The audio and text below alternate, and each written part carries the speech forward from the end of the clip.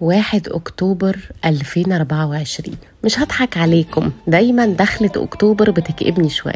السما بتبتدي تغيم، الجو بيبرد شوية، الصيف ببحره وبخروجاته وبسهره بيخلص، الولاد بتروح الصبح المدرسة وبحس بشوية وحدة. وأكتر حاجة بتحصل لي في أكتوبر هي إحساس إن السنة قربت تخلص وأنا ما عملتش حاجة من اللي كان نفسي أعمله السنة دي. فببتدي أطلع النوتة بتاعتي وأشوف أنا كنت كاتبة إني هعمل إيه، وبيبقى جوايا شعورين الحقيقة. الشعور الأول بيقول إني فاشلة لأني ما حققتش أي حاجة، ولو كنت نشفت شوية كنت عملتها. والشعور التاني بيقول الحمد لله إني بخير وكده رضا قوي، وأهم حاجة الصحة والستر. ولو استسلمت للشعور التاني ده هدخل أطلب لي وجبة حلوة وأشغل فيلم رومانسي دافئ وأقعد أتفرج وابتسم ابتسامة بلهاء وأدخل أنام في سلام.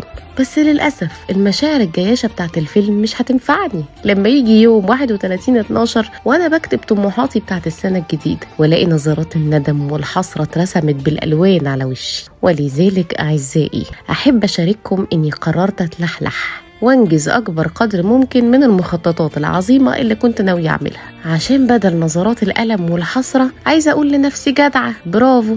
وقلت أشارككم اللحظة أهو، منها توثيق لأني لازم أعمل حاجة، ومنها تشجيع لأي حد ناوي يطلب الوجبة ويتفرج على الفيلم الرومانسي الدافئ.